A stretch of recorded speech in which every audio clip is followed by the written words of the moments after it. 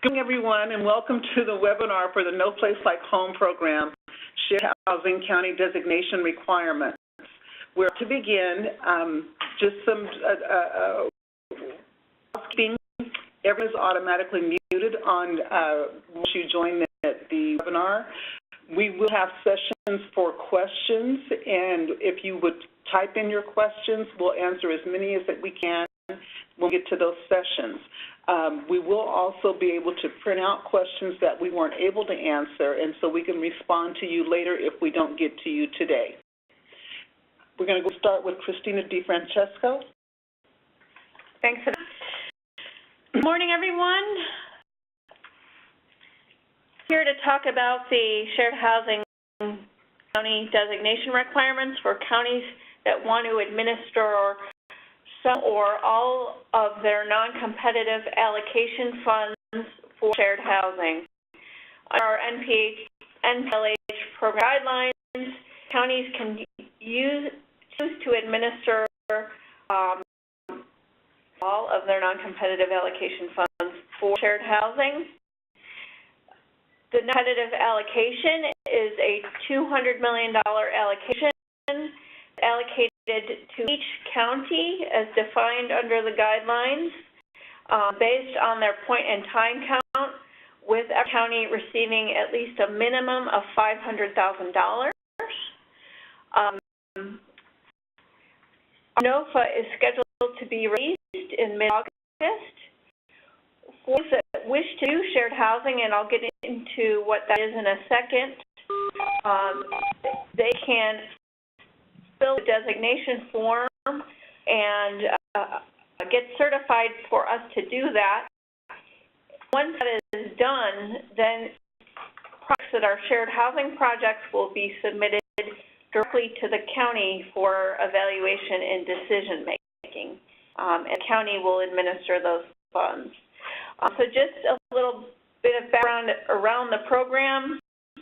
Beneficiaries for the No Place Like Home program are persons with serious mental illness as defined under the guidelines, including children or adolescents with serious emotional disturbance, are homeless, chronically homeless, or at risk of chronic homelessness. The homeless and chronically homeless definitions are the HUD definitions as of May 1st, 2016, as defined in the program guidelines. And the at-risk of chronic homeless definition are people who are exiting institutions that are fully defined as jails, hospitals, treatment centers, etc., who in the 12 months prior to entering the institution had at least one episode of homelessness. That definition is in our guidelines in Section 101 if you want to go back and refresh your recollection. Continuing with the overview of the program, NPLH funding is a capital development program to be used for acquisition, construction, rehabilitation, and capitalized operating subsidy reserves for projects. We have several different program components within NPLH. We have the non-competitive allocation, which we'll talk about today. The competitive allocation, which we'll have several rounds of funding for, beginning in the fall, hopefully. We have an alternative process county allocation, we'll talk about principally in our webinar tomorrow. Technical assistance grants. Technical assistance grants, at this point, have all been put under contract. And I think most of the counties, if not all, have actually received a contract for those funds. So, Monique, do you want to say something about that before I move on? Yes, just really briefly. So we had 58 applications that were received. We are still in the process of making and finalizing all of the awards for that particular program. For counties, some counties have received their allocations directly already. They've received their cash. Others are still in the process of the program actually processing their paperwork. So they should, within the next month or two, be able to finalize. All of those funds should be distributed. Okay. Slide 6 now. We talked this a little earlier. The non-competitive allocation is $200 million.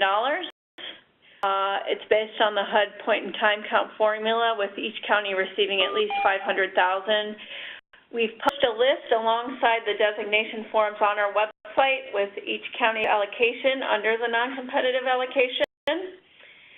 Non-competitive allocation funds can be used for multifamily projects, which are projects of 5 or more units. The department administers those funds, or it can be used for shared housing projects, which are projects of 1 to 4 units, where the county administers those funds.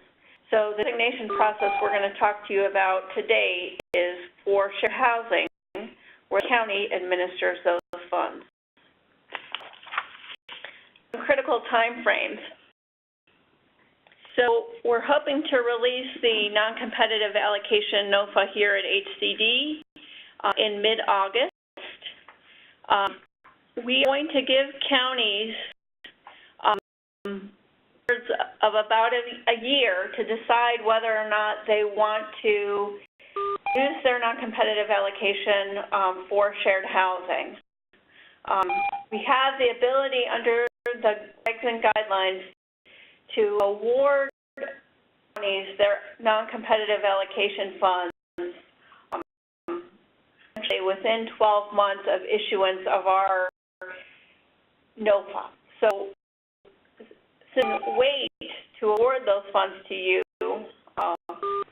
for that 12-month period. We're going to give you that essentially commensurate period to decide whether or not you want to use some or all of those funds for shared housing. That's why the deadline for submission of this particular form is into August of 2019. If we get your designation form, we'll evaluate your capacity to administer the funds, and then we'll issue you a decision, hopefully within 60 days of receipt of a completed form. With other critical time frames, the non-competitive allocation itself has a lot of time frames in it. And the intent of it really is to give counties the ability to get projects together so they can use these funds. Because some counties, these might be the only NPLH funds that they use. They may decide that they don't want to submit projects under our competitive NOFA, and this may be their opportunity to do something in their community. So we wanted to make sure that we gave everybody ample time to get project applications together, knowing as well that we have requirements on statute and guidelines to funnel any that are not committed projects or expended within a certain period of time back into the competitive allocation. So the deadlines for the non-competitive allocation are as follows. 12 months of issuance of our initial NOFA, we will award counties the non-competitive allocation. When we submit our NOFA on August 15th, when we release it, there will be information in there as to what counties need to do in order to accept that non-competitive allocation. It's summarized here in the first column. What we need to do at that point when we release our NOFA is give us an authorizing resolution, essentially saying that you are going to accept your allocation. You will submit projects to within 30 months if they're projects of 5 or more units, or if you're doing shared housing, that you will have projects submitted to you as a case within 30 months of that initial NOFA, and that you will comply with all of our program requirements. You will also, at that time, be required to submit to us a plan to combat homelessness. So our initial requirements for acceptance of your allocation are very minimal. A resolution agreeing to accept the allocation, a certification agreeing to our program requirements, and your plan to combat homelessness.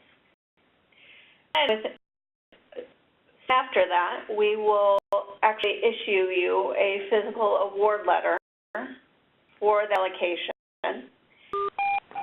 Then within 30 months of the initial NOFA, so by this time, February of 2020, we will expect that you will have either submitted applications into us directly for family housing, or that you will have applications submitted into you for shared housing as a county designated to do shared housing. And then within 60 months of that initial NOFA, so 5 years from 2019, so February of 2018, so February of 2023, we will expect all of those funds to be expended. We hope this timeline is more workable for you in order to be able to use these funds over a 5-year period. And you should keep these timelines in mind as you think about the types of projects you want to do with non-competitive allocation. So now we're going to focus specifically on shared housing and what you need to do to get designated as a shared housing county. So shared housing is a 1 to 4 unit structure providing supportive housing that's shared by 2 or more households. At least one member of each household qualifies as an NPLH eligible tenant. Has a serious mental illness and is either homeless, chronically homeless, or at risk of chronic homelessness. Counties may provide the funds for acquisition, rehab, and construction. The funds may be provided as construction financing, so immediately to help offset those development costs, or as a permanent financing lender where you take out the bank loan, essentially, or the financing of other construction lenders for the period of affordability. In any case, all NPLH funds must convert to permanent financing. So if you provide construction financing, you have also provide permanent financing, but you do have the ability to fund upfront development costs. To have your own underwriting standards for shared housing projects, and we'll get into detail in a few minutes as to what we're going to be looking for when you develop your underwriting standards. You will be responsible for monitoring all of the construction or rehab work performed. And for shared housing, the date of affordability is 20 years. These are smaller projects. They're going to be hard to make feasible over longer periods of time, so we've shortened the period of affordability to 20 years for shared housing projects.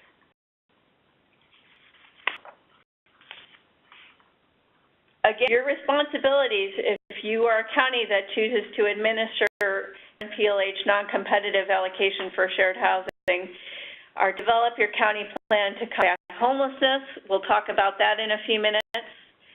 Develop your shared housing method of distribution, to select projects, to underwrite the loans. You'll hold the notes and deeds of trust. You'll issue and record the regulatory agreements. You'll disperse funds to individual projects.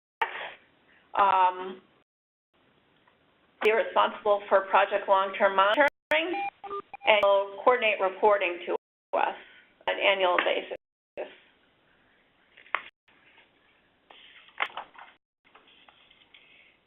The designation form itself has been posted on our NPLH website. We're giving you until,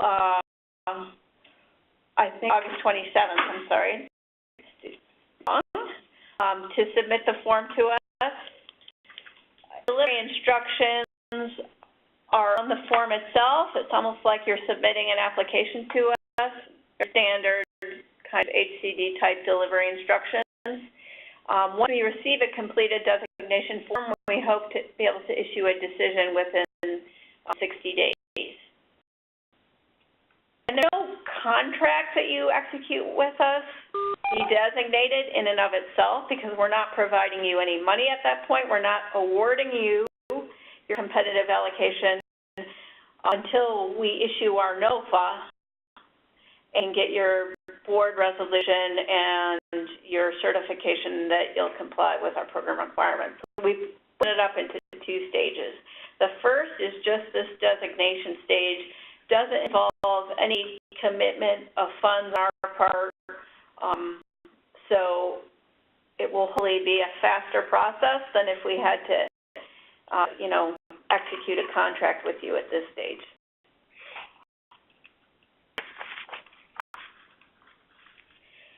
So, County Plan to Combat Homelessness. You'll see here on each of the slides, I've listed the guideline section number in our NPLH program guidelines, which is on our website, so that you can go back and look at it. To the side, there is a copy of the guidelines on our website, which we submitted for validation, which in the introduction of it incorrectly says that only 10% of a county's allocation can be used for shared housing. That is incorrect. Use up to 100% of your non-competitive allocation for shared housing. The actual text of the guidelines itself is correct in that manner. It's just that the person with the introduction who wasn't from this department wrote correctly on it. So our apologies for that, but just thought I'd take this time to point that out. Read the guidelines text itself. If you have any questions about requirements, and feel free to give us a call, of course, or email the NPLH inbox. Back to the county plan to combat homelessness. It has to be developed with public input. I have a list of groups that we are requiring that you consult developing the plan. I'll go over that in a few seconds. You create a plan, or you can update an existing plan, as long as that plan and its update or creation is no older than 5 years from the time that you submit it to us. You have your plan ready, or if you think you're going to be ready with it by the time you submit your designation form to us, you can submit with the plan, or you can submit it with the plan with the designation form. Otherwise, you can submit the county plan with actual request to receive your non-competitive allocation once we issue our NOFA in August.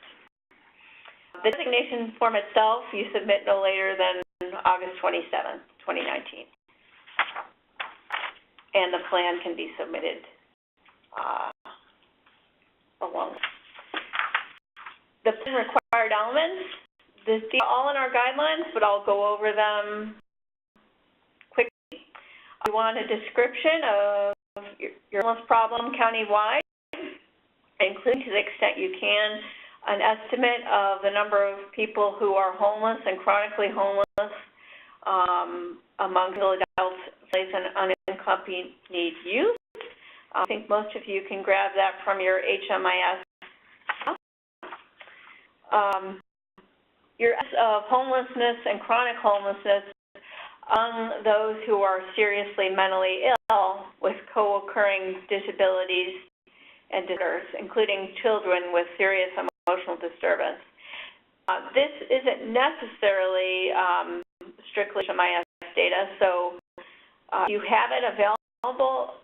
It would be good for us to have it and for you to use it in your analysis of how you're going to use your NPLH funds, since this is the specific target population through which the funds will be used. So it's good to narrow down the need with respect to the particular population that NPLH is addressing. And we want some kind of description of the special barriers and challenges that you feel that this population has that you're going to try to address through the projects and the services that are developed. We know what county resources are available to address homelessness, including what you're doing to prevent criminalization of activities associated with homelessness. A lot of our population will be coming directly from the street, and so your ability to engage law enforcement on these issues will help both in the short and long term in terms of the success of your projects. And dealing with the issue of criminalization of homelessness in this context, some bearing on that. Available community-based resources from the county, because you will obviously need to leverage those as well. Those partners that you have to address homelessness and your proposed solutions. We will know about your data collection systems in place. Section 214 of the guidelines specifically talks about required data collection elements that apply both for projects that HCD is administering funds for and for projects that are housing projects administered through the county or projects administered by an alternative process county. So the data collection requirements are the same no matter what bucket you're taking out of. Most elements will come from HIS. Some of them we had to put in there because they're requirements of statute, and others we put in there optional data collection elements, specifically those in 214D, that have to do with things like data on emergency room visits for NPLH tenants before and after move-in, average number of hospital and psychiatric admissions, inpatient days before and after move-in, and number of arrests or returns to jails or prisons before and after move-in. Those kinds of structural associations to homelessness and the success of these projects. We realize not everybody can collect that kind of data with the systems that you have in place to collect it, but to the extent that you can, we would like to see here, or we would like to see you talk about the barriers that you have in setting up systems with your hospital and law enforcement to collect this type of data. Also want to hear about your efforts through the coordinated entry system. Go back to referrals to NPLH units through coordinated entry for persons who are homeless or chronically homeless. And if you decide for your at-risk of chronic homeless population, which are persons exiting institutions, who would necessarily qualify under the HUD definitions for homeless, chronically homeless. If you decide to serve those folks through a system that's not your coordinated entry system and refer them to NPLH units, tell us what you're doing to set up that system and how you're going to ensure whether homeless, chronically homeless, or at risk, that the referrals are made on a non-discriminatory basis. If there are outreach to special populations that happen because they're least likely to get word of referrals through coordinated entry or an alternate system for at-risk of chronic homeless, say, for example, they speak these, and in order to reach them through your outreach worker structure, what efforts are you going to make to reach folks that might have language barriers or other communication barriers due to their disability? Maybe they can't communicate at all to reach those folks. They might be deaf, they might have speech, etc. We want to really think about those issues with respect to this population and figure out how you're going to reach those that are least likely to be able to access the system, but at least they have an opportunity to access the housing through your coordinated assessment process. Description of your project-based vouchers or locally funded rental assistance that you anticipate to make available to your shared housing units. The county itself will have to demonstrate that they have experience administering funds for this population, including experience providing supportive services to persons with serious mental illness who are homeless or chronically homeless or institutions and would qualify as at risk of chronic homelessness. And you can use experience serving other special needs populations with similar housing barriers as well. We realize that for some counties, this will be your first permanent supported housing project for this population. So if you have other projects for people with similar housing retention issues, you can do that as part of this experience requirement. We don't have a minimum number of projects that you need. We just want to know that you're doing work that has relevance to this population, and you have experience to bear on that. And we have a specific chart on page 12 of your designation form that you fill out for this that should guide you through the types of questions that we want answered.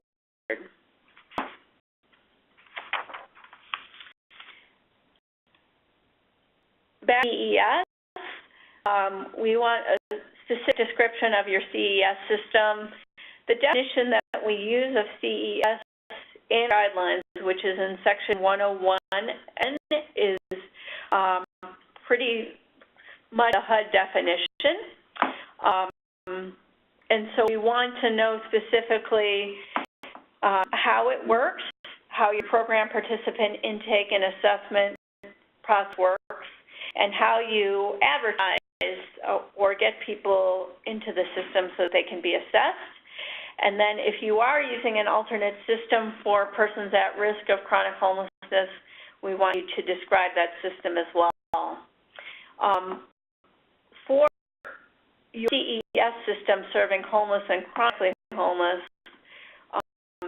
we know that it meets HUD requirements at the time that you're certified to do your housing. And for alternate system, if you have to develop an alternate system for those institutions who are at risk of chronic homelessness, we know that that alternate system is in place at the time that you rent up or prior to rent up of your first funded NPLH project.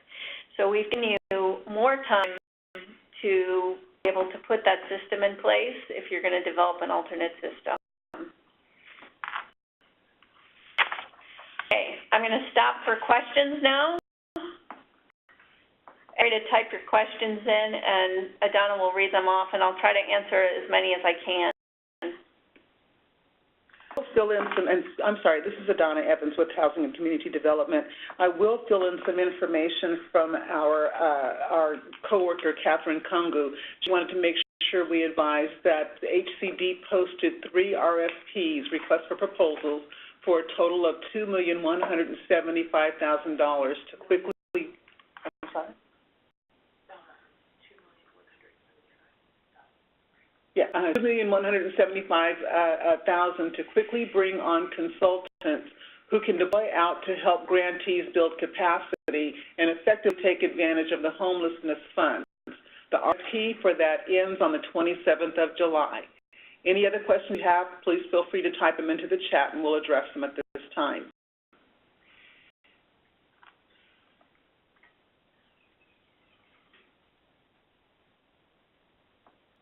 First, can you give an example of how the non-competitive funds can be leveraged for the competitive funds? Yeah. Once we issue our competitive NOFA in the fall, instead of using your non-competitive allocation for a shared housing project, you can tell it in your development sources that you're going to allocate all of those fund, that allocation amount that's posted on our website for your competitive project. So that would be the county's contribution for competitive project, and we will count that amount, whatever you list in the development sources, toward your leverage points in the competitive process. Now, you must have been awarded your allocation by us, so as long as we know that you intend on accessing those funds, at this point, we will take a commitment letter from you that meets the requirements in our competitive allocation NOFA. But that's essentially how you would do it. You would get an award in your development sources, and we count that toward your leverage requirements. For a multifamily project of 5 or more units that will underwrite. Question: can non-competitive funds be used for a COSER for an existing program? Can't just be used for COSER. If you're going to use funds, you have to use them for a development cost, and COSER can be a part of that project, but it can't just be a standalone COSER. Any questions? Can the non-competitive use have to partner with another county on a shared housing project and the remaining funds as leverage for the competitive? Yes.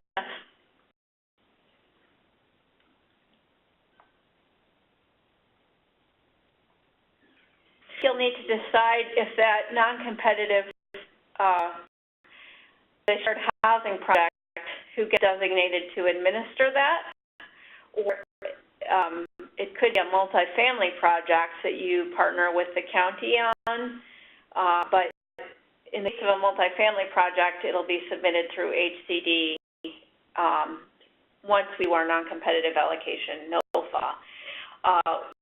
When you NOFA, what you'll see is an application form that has a sheet on it with all of the requirements for you to accept your non-competitive allocation. And then the remainder of the form will be the actual project forms that you need to fill out if you're actually going to submit a project application at that time for the competitive allocation funds. It's kind of a dual form. The first is what you need to do to accept our allocation, and then secondly, if we're going to submit for a multifamily project of 5 or more units, these forms we fill out that are actually project-specific, and it'll all be in one package.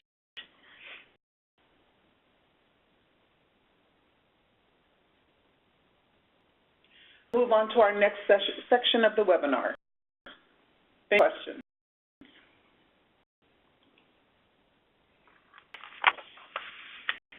Okay.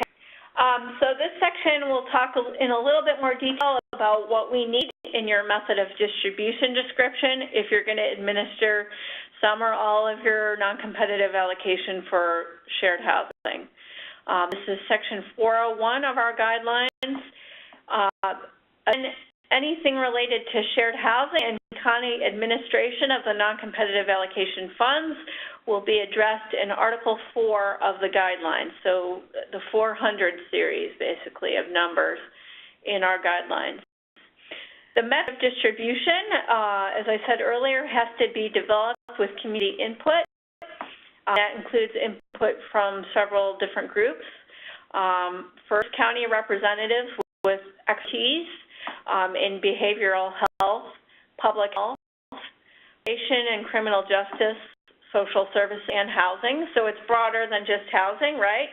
Because homelessness is a very complex problem that includes all of these other disciplines. We need input from your local continuum of care. We will see input from housing and homeless service providers, especially those with experience providing housing or services to those who are chronically homeless. We want to see that you've engaged county health plans or other health care providers, especially those who are implementing pilots or other kinds of programs to allow the county to use Medi-Cal or other non-MHSA funding to provide or enhance services for NPLH tenants or improve tracking of health outcomes. So we talked a little earlier about tracking emergency room visits, time spent in jail or prison. It's, it's really doing the work in your county to try to get a handle on all those issues, and are they engaged in the process of development of your mode of distribution. We want to see engagement from your public housing authorities and from people who are experiencing serious mental illness, are chronically homeless or at risk, or representatives of those folks, such as family caregivers. Before getting funds to a project, we need to know that you have a system in place to evaluate the eligible uses of funds. We talked about those earlier: construction, rehabilitation, acquisition, pre-development, and co-serves attached to any of those development activities.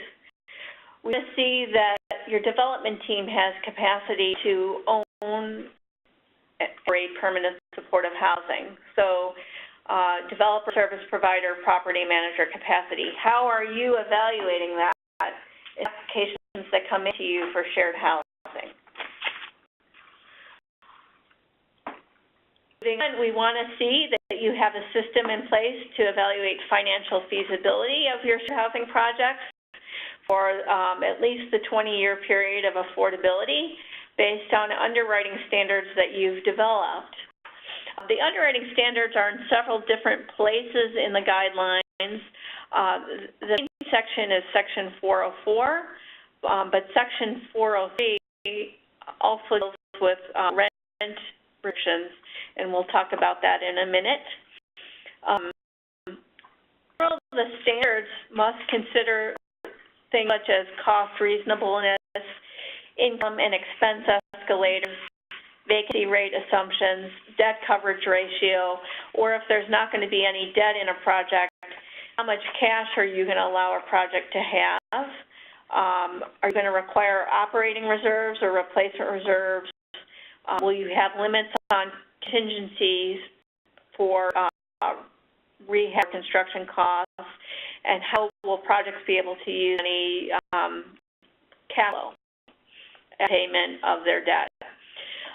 We realize that these projects, being smaller, aren't going to be, the complex projects that we underwrite pursuant to our department's underwriting guidelines, but the same types of issues with respect to debt, cash flow, on a smaller scale for shared housing.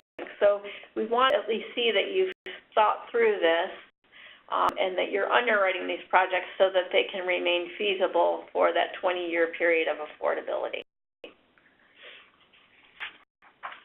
And hopefully we've given you kind of the broad parameters of issues to discuss, but the flexibility to do it in a way that will make sense given the scale of the projects that you're trying to develop in shared housing is going to be much smaller units.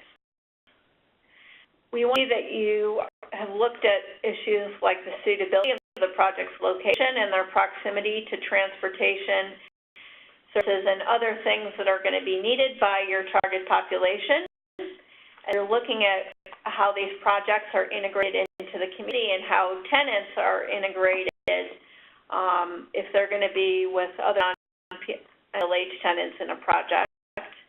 And we also want to see that you're looking at a project's readiness to proceed. You're going to have that much time with the non-competitive allocation. You have 3 months from issuance of our initial NOFA, February of 2023, to expend the funds. So you want to make sure that you're evaluating project readiness to proceed. We want to make sure that you're also evaluating the project's ability to attract other capital necessary to complete the project, to be able to operate the project. If folks need rental assistance, which most of them likely will need, and how are you going to make sure that supportive services are capable of being offered in the project? How are those going to get paid for? You have to do some kind of environmental evaluation to make sure that the project and site on which it is free from severe adverse environmental conditions.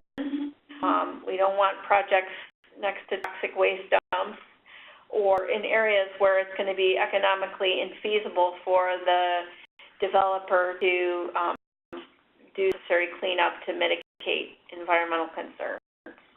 What is your process going to be for looking at all of that, those environmental issues? It must be on a permanent foundation and must meet applicable building codes and health and safety codes, including your local minimum square footage requirements and requirements related to maintaining the property in a safe and sanitary condition. So we don't have an explicit prohibition on tiny homes, but we do require that all units meet the above requirements.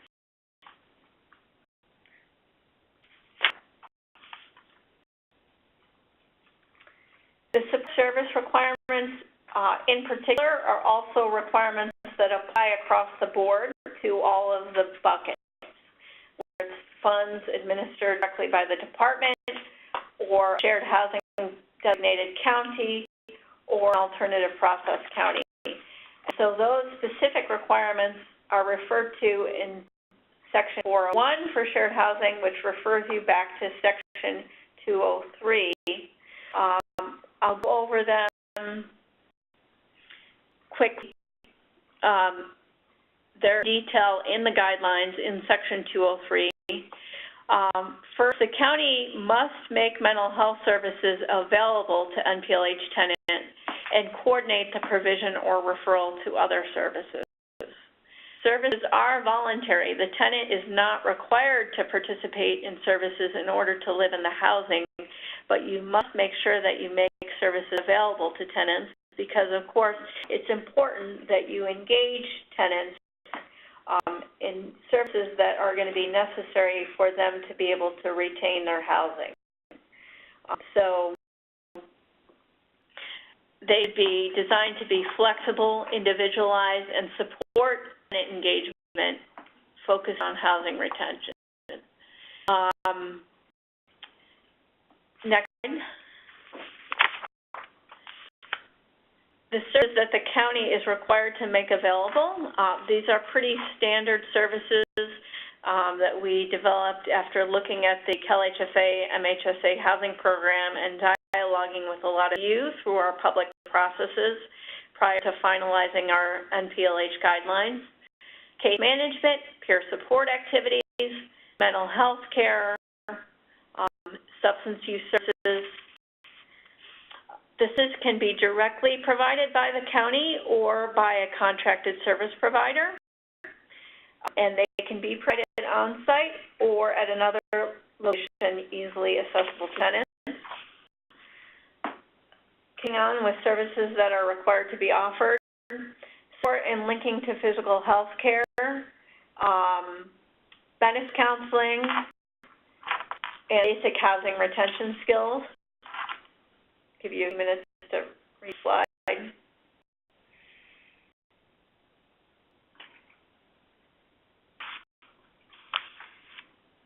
Okay. Also a list of services that are not going to be required by us to be offered, but that we highly encourage you to make available to your NPLH tenants. That's that list here. Service for people with co-occurring mental and physical disabilities and co-occurring mental and substance use disorders that we haven't already mentioned on the previous list. So anything else that you think is important to aid your dual diagnosis population and help improve their housing retention and health outcomes, we encourage you to make available. Recreational and social activities, educational services, GED, school enrollment, access to higher education, assistance in obtaining reasonable accommodations in the education process. Tenants will want to, move up in recovery and eventually move out of permanent supportive housing. And if you can facilitate that happening in their lives, that is encouraged.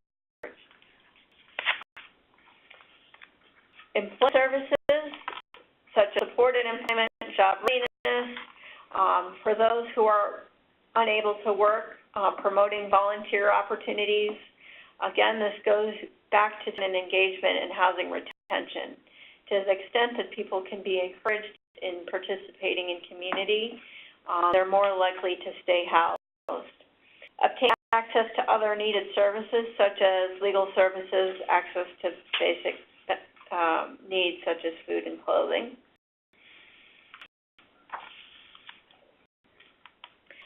This is all related, of course, to tenant outreach, engagement, and retention. For services that are provided off-site, we want to make sure that you've thought about transportation options and that you're evaluating a project's ability to provide access to those options if the services are provided off-site. So we don't want folks having to walk more than a half a mile to access services, because in our experience, if they have to do that, they're unlikely to access services. Cultural competency. We talked a little bit about this before with respect to affirmative marketing, but we want to make sure that you're thinking about, in the practice, thinking about ways to make sure that the housing and the services are provided in a culturally competent manner for persons of different races, ethnicities, sexual orientations, gender identities, gender expressions, and different types of communication disabilities. So we really need to think about all of these things as we think about the person in the whole and what's going to engage them in services. And how is the project going to facilitate communication between county service providers, the property manager, and the tenant?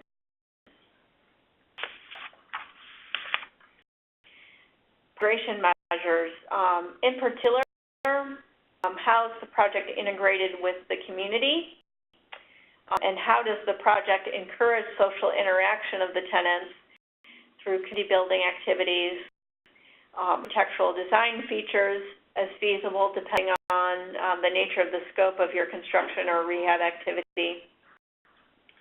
These are particular requirements that we fleshed out in the guidelines based on a general requirement in statute to integrate projects within the community.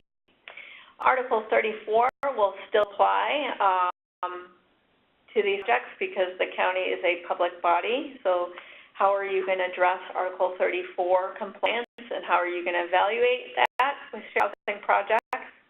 Property management practices. What are the property management practices that you are going to encourage through the of your NPLH tenant projects, your shared housing projects?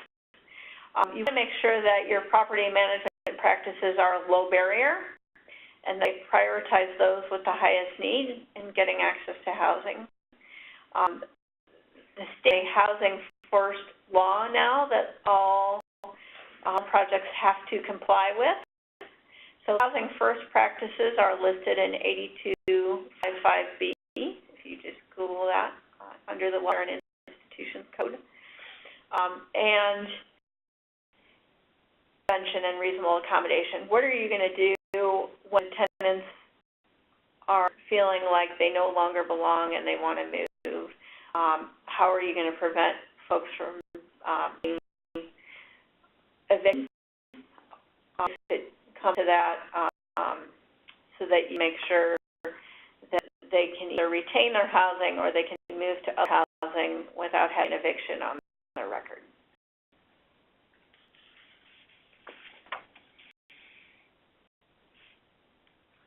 Some just general tenant requirements.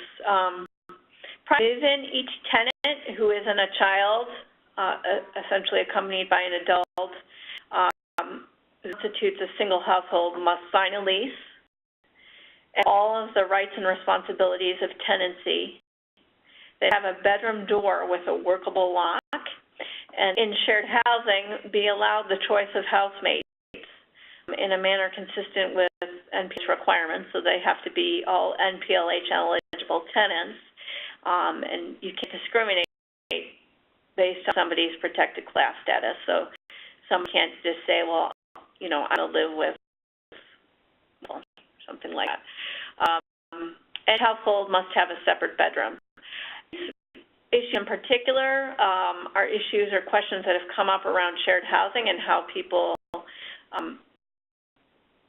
different households live in the same structure.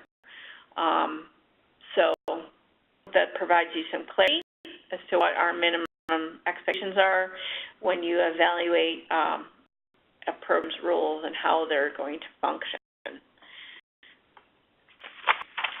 Okay, I'll take questions again at this point.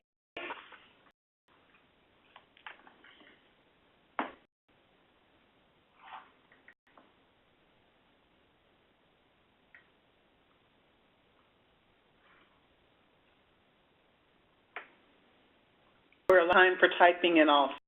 That's fine. I have to take some water. I appreciate that.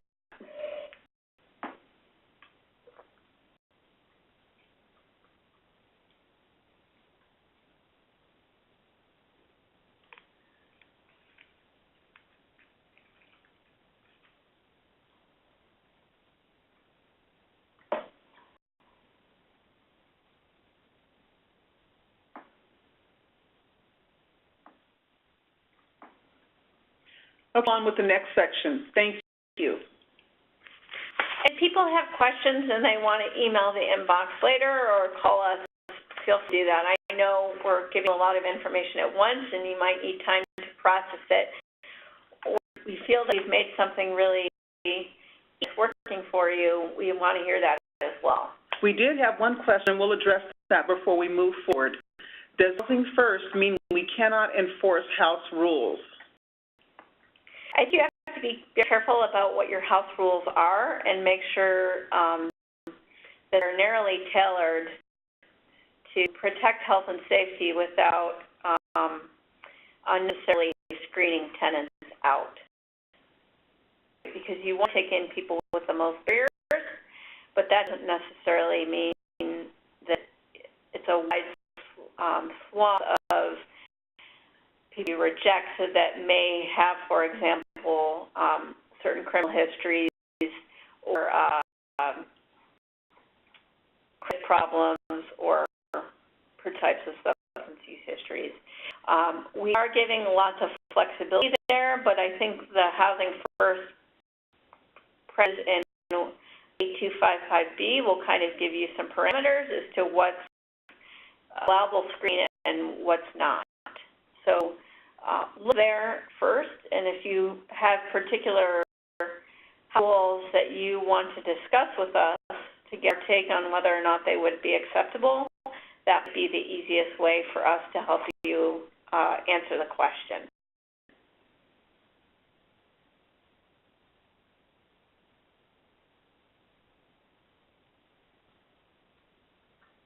Is there another question? I can't read it from here. Okay. Okay.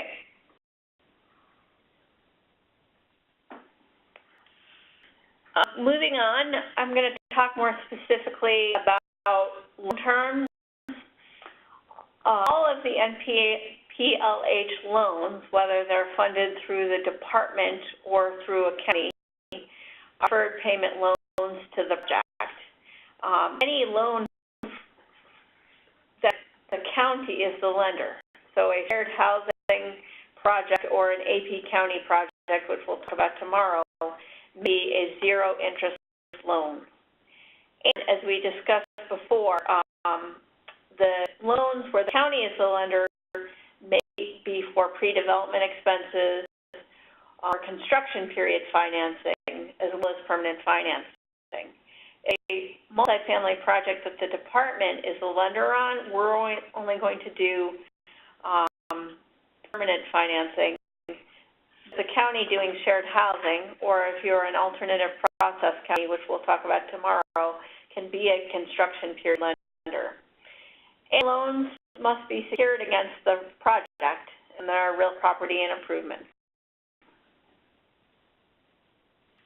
So a note in deed of trust and a regulatory agreement.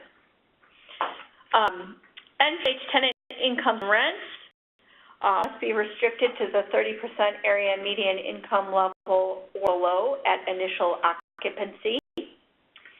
At the time of a tenant's annual recertification, if there are changes in the tenant income resulting from changes in the SSI or SSP payment level, or COLA, for example, cost of living adjustment on SSI, SSP, that causes the tenant's income to rise above 30% AMI, we said that the tenant will still be considered an NPLH tenant and will still be charged at that 30% AMI rent. Changes in tenant incomes are not due, if increases in tenant incomes are not due to just adjustments in the SSI, SSP payment level, and the household income increases above 30% AMI, those tenants can continue to remain in the unit, and the county can continue, or the project can continue to offer them services. However, those units will be designated as non-NPLH units for purposes of meeting our regulatory agreement requirements. For units where the tenant's income rises, it's not rising to the level above 30% AMI, those, of course, can continue to remain in those units as NPLH designated units. We go into a lot of detail in Section 303 as to how those redesignations work. We wanted to make you aware of that piece of flexibility around 30% AMI level and changes in the SSI, SSP payment levels. Talked about underwriting a little earlier. The particular form in your designation form addresses underwriting standards. I'm flipping into it here. Page 20. I won't go through this again. Here's the list of things that we're going to ask you to address.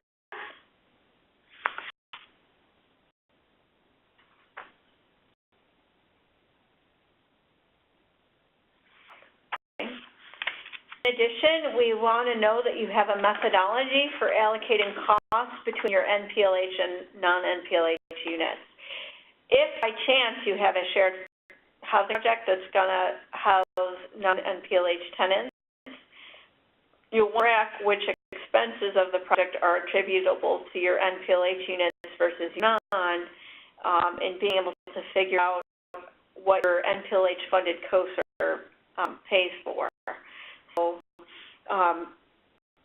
that's the same for development costs. If there are non-NPLH units in a project, you'll want to be able to show how development costs are attributable to those units and funding sources for those units, because NPLH will not pay for costs associated with units in them that do not have NPLH tenants in them. State prevailing wage and relocation, all of those will apply to these projects. And so what are your systems in place to make sure that you can comply with those requirements? And what systems in place do you have to assess handicap accessibility and make sure they comply with state accessibility laws, any local accessibility laws, or if the project has federal funds, any federal accessibility requirements. We are allowing counties to have a transition reserve, while we're requiring you to have a transition reserve in the event that you lose or exhaust your rent subsidies for the project, or your NPLH-funded capitalized operating subsidy reserve. Funding levels of the transition reserve we're leaving up to you. So for projects that you're going to administer the loans for, we're not telling you you must have X amount of money in your transition reserve or project transition reserve, but we are saying that you must require projects to have one. And then you determine what funding level of that transition reserve makes sense in order to ensure that the project can remain affordable, or if folks have to move out as a result of rent increases needed to keep the project operating, that you have provided sufficient amount of funds to enable them to stay in the project until they're able to find sufficient alternative housing. In the event that you do exhaust your COSR and your rental assistance is not renewed, and you've exhausted your transition reserve, at that point, you can increase rents on the NPLH units from 30% AMI up to 50% AMI. Again, the risk there is that your NPLH tenants who are chronically homeless or at risk will not be able to afford that rent. So we want to know at least 12 months in advance of any increase that you're anticipating that you're going to need to increase rents, so that we can help you kind of figure out ways to avoid doing that. And you're going to need to have a transition plan in place in transition assistance if the increases will in fact essentially mean that people will no longer be able to live there. The NPLH qualified.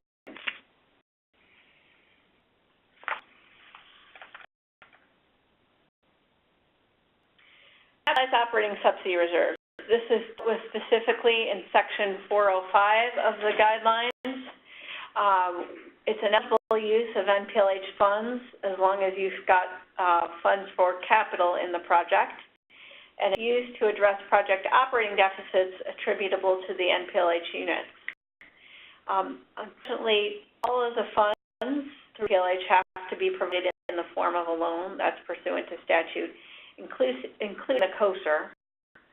But for COSRs that are funded through county-administered projects, like shared housing projects or the AP County projects, those loans can be zero interest loans, deferred payment.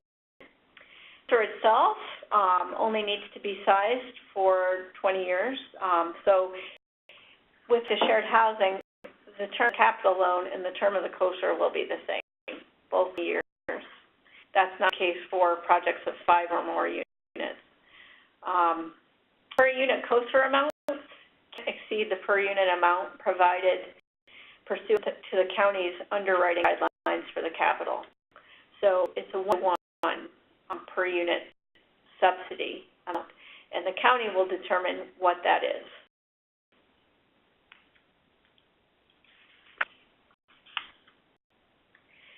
For a project to access a COSR, the project must demonstrate that they have sought out other rental or operating assistance in lieu of having to utilize NPLH funds for a COSR.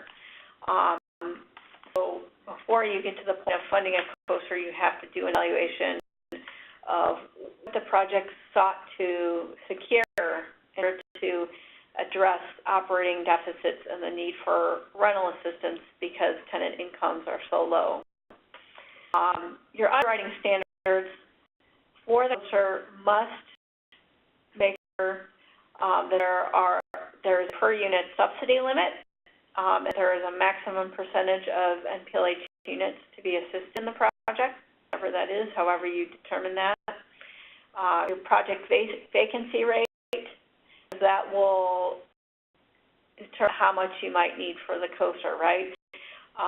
If you've got higher than usual anticipated vacancy rate, you might want to size the COSR to be higher. your anticipated rent and operating expenses attributable to the NPLH units. That's important for you to have bifurcated audits if you're going to have a project that has both NPLH and non-NPLH units in it. For housing projects, the county is going to hold the project's COSR in a segregated interest-bearing account. You're going to have bifurcated audit if you have non-NPLH units in a project so that you can determine if operating expenses or deficits that are attributable to those non-NPLH units. And you're going to monitor your COSR balances for the project at least once every year to make sure if you need to change your disbursement levels from the COSR, and essentially to make sure that things are being dispersed in a manner so that you can make sure that the COSR lasts for as long as possible. You want to kind of keep a tight hold on that as the lender for the project. Okay.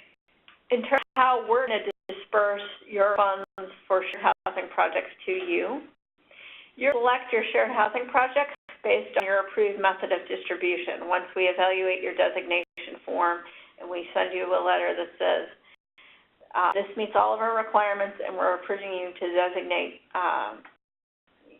to use for shared housing. Once you have a project, we'll disperse you funds for that project in 2 draws. We're going to see an award letter issued by you or other evidence of commitment of funds to that project, and a certification saying that the project was selected in compliance with your method of distribution. Then we get that award letter and certification. We'll process your draws. Next slide, please.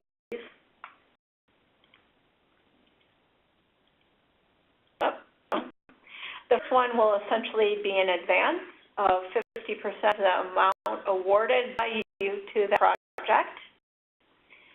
So the project doesn't have to be complete or have started construction at the time that we advance you those funds.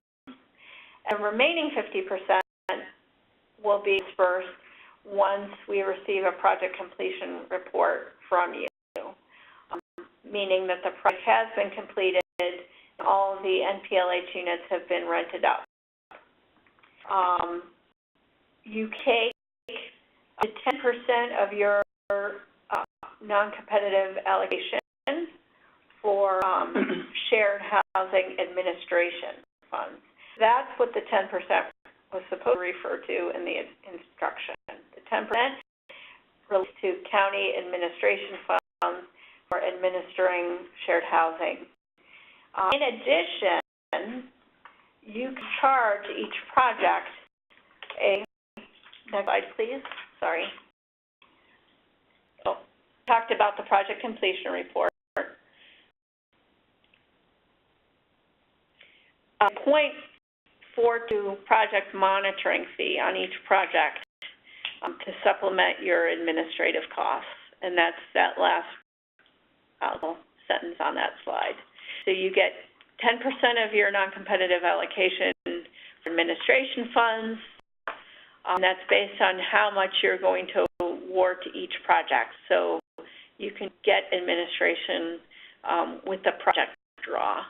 And you can also charge each project a monitoring fee not to exceed 0.42% of that project's loan.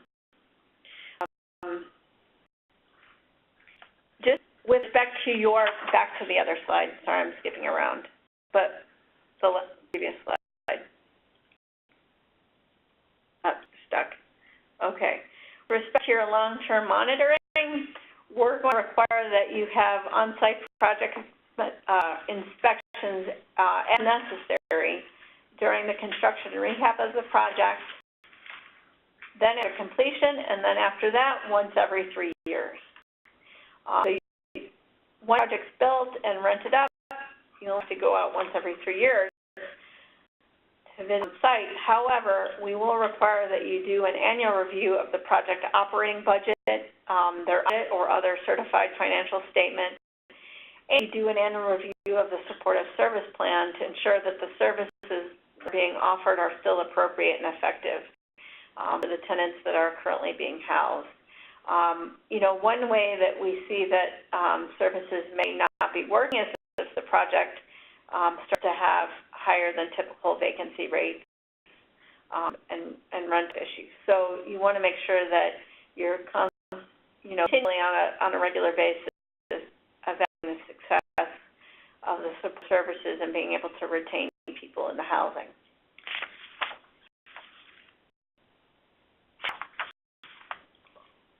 All right. Questions? We've reached the end. Question. Approved for SSI often receive a large one-time back payment that would temporarily cause an increase in their income above the 30% average median income. Is back payment considered to be an SSI payment change that allows you to remain an NPLH tenant, or does it make no longer an NPLH tenant because it is not a change in the monthly payment amount? Good question. Let me ask our asset management unit as to how that's addressed. It would seem to me that there's probably a way to deal with lump sum payments, but let me ask them, and then we'll probably need to post some kind of Q&A website. Can't promise when that'll be because our priority, of course, is getting the NOFN application out. That is a very good question. I'll check on that and get back to you. Is there a difference between county administered and county constructed? So, there can be the developer, I suppose. In a shared housing context, really, though, if you're going to do housing, the county has to be the lender. And so in that case, in a sense, you're not doing construction even if, as you subcontracting out. You're applicant for our funds when we award you the allocation, right? Once we give you that letter for your allocation, then you become our lender. And so it really isn't a county constructed project. Your role as lender in the shared housing context is much different. NPLH could only pay for 49% of a project. That effectively means that every project will have NPLH and non-NPLH tenants, doesn't it? Okay, good question. So there are two things going on with respect to the 49%. The first is for non-shared housing projects, non-AP counting projects, so projects that the department administers the funds as lender. We restrict those projects to no more than 49% of those units being NPLH units. And part of it for that is those projects are going to have many more units in them because they'll be multi-family apartment complexes. That's an NPLH-specific requirement that doesn't apply to shared housing. Back to Article 34,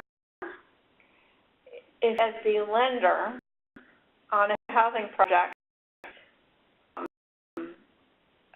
you on a shared housing project will have options to you in order to decide how you can plug Article 34. Right? We, a lender on a multifamily 5+ unit project, decide that because of Article 34 limitations, we will fund no more than 49% of the units unless the project meets an Article 34 exemption. For example, you have Article 34 authority through a referendum, or constructing a project on previously used rent housing, or rehabbing a rent housing project. So there are ways within the Article 34 statute to address compliance that doesn't necessarily restrict you to 49%.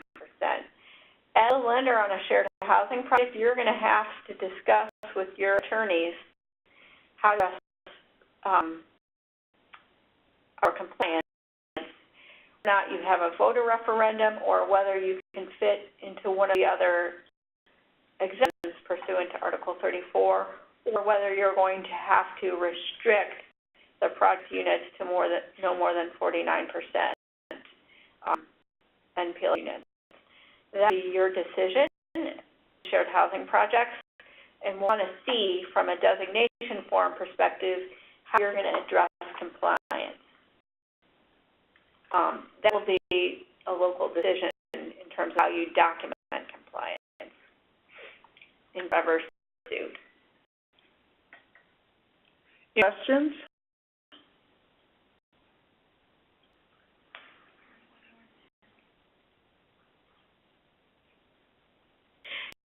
Get a sense, I don't know if you can just raise hands or whatever, if people think they might be interested in doing shared housing projects with competitive allocation.